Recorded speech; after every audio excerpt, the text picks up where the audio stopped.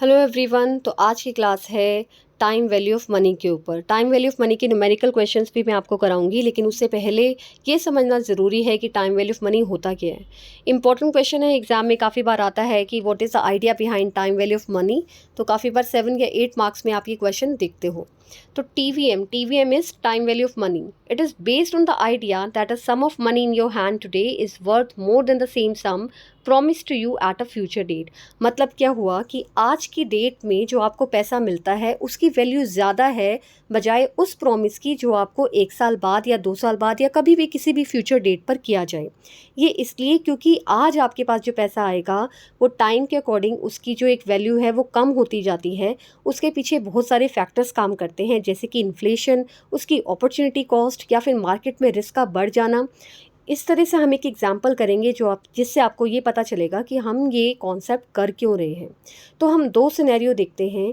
Scenario है कि 1,000 का अमाउंट है। सबसे पहला केस है कि आपको 1,000 रुपये आज मिल जाने चाहिए, और दूसरा सिनेरियो है कि 1,000 रुपये आपको 1 साल बाद मिलेंगे। तो अगर मैं आपको ये बोलूँ कि आप 1,000 रुपये मुझसे आज ले लोगे, या फिर मैं आपको प्रॉमिस करती हूँ कि अगले साल मैं आपको दे दूँगी थोड़ा सा पैसा बढ़ा के, तो आप कैसे डिसाइड करते हो कि मेरे लिए क्या बेस्ट है। तो यहाँ पर हम सिंपल से एक एग्जांपल करेंगे, उससे आपको कुछ क्लैरिटी आ जाएगी। बाकी न्यूमेरिकल क्वेश्चन से क्लैरिटी आएगी जब हम वो करेंगे। तो सबसे पहले तो opportunity to earn interest. For example, अगर आपको 1,000 रुपये आज मिलते हैं तो वो पैसा आप इन्वेस्ट कर सकते हो सेविंग्स अकाउंट में। फॉर एग्जांपल, आपको 5% इंटरेस्ट के हिसाब से सिंपल इंटरेस्ट दिया जाता है। तो at the end of 1 year आपका पैसा कैसे ग्रो होगा। सिंपल इंटरेस्ट का फॉर्मूला आप लगाओ यहाँ पे, 1000 मल्टीप्लाई बाय 1 प्लस 0.05, 5% का 0.05 होता है। तो अगर आप इसको ऐड करोगे तो 1000 मल्टीप्लाई बाय 1.05 आएगा, और इसका आंसर आएगा 1050। क्लियर है। तो by the end of the year आपको मिलेंगे 1050 रुपीज़। तो इसके हिसाब से आपको क्या लगता है कि 1,000 रुपये आपको आज लेने चाहिए या अगले साल लेने चाहिए।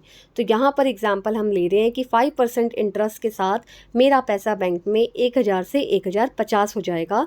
तो मुझे वो पैसा आज लेने में फ़ायदा है। एक तो ये सिनेरियो है। Second scenario is inflation. Inflation के अकॉर्डिंग इन्फ्लेशन रेट मान लेते हैं कि 3% के हिसाब से इन्फ्लेशन रेट हर साल इंक्रीज़ होती जा रही है। अगर इन्फ्लेशन बढ़ती है तो उससे क्या होता है कि आपकी परचेजिंग पावर घटने लग जाती है, क्योंकि आज 1,000 रुपये में जितनी वैल्यू गुड्स आप खरीद सकते हो सकता है कि फ्यूचर में उतनी सारी क्वांटिटी में आप चीज़ें ना खरीद पाओ। ठीक है। तो purchasing power of ₹1000 1 year from now would be. अब आप क्या करोगे, ऊपर वाले एग्जांपल में आपने 5% रेट ऑफ इंटरेस्ट लिया था, यहाँ पर आप लोगे 3% रेट ऑफ इंटरेस्ट। तो 3% जो आपका इन्फ्लेशन रेट है, अगर आप इसे कैलकुलेट करोगे तो आपका आंसर आएगा 970 रुपीज़।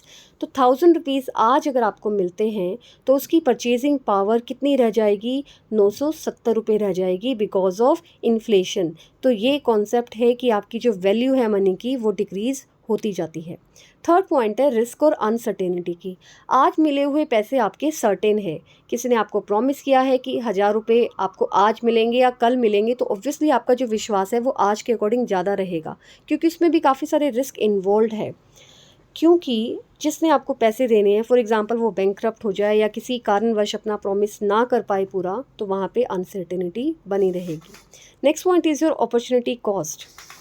अपॉर्चुनिटी कॉस्ट का मतलब कि अगर आपको 1000 रुपीज़ आज मिलते हैं तो आप उसको काफ़ी सारे पर्पस के लिए यूज़ कर सकते हैं। उस पैसे को काफ़ी सारी चीज़ों में इन्वेस्ट कर सकते हैं।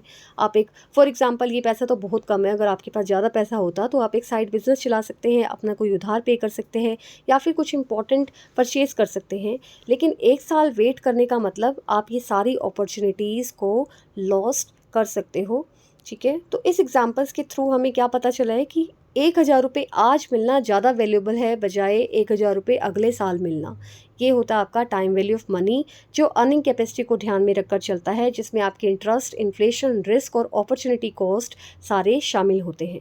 इसका मतलब money today is more valuable then the same amount in the future. तो ये है आपका concept time value of money. तो इंपॉर्टेंट क्वेश्चन है, एग्जाम में आ जाता है, हर बार आपको एग्जाम्पल की फॉर्म में ये समझाना है।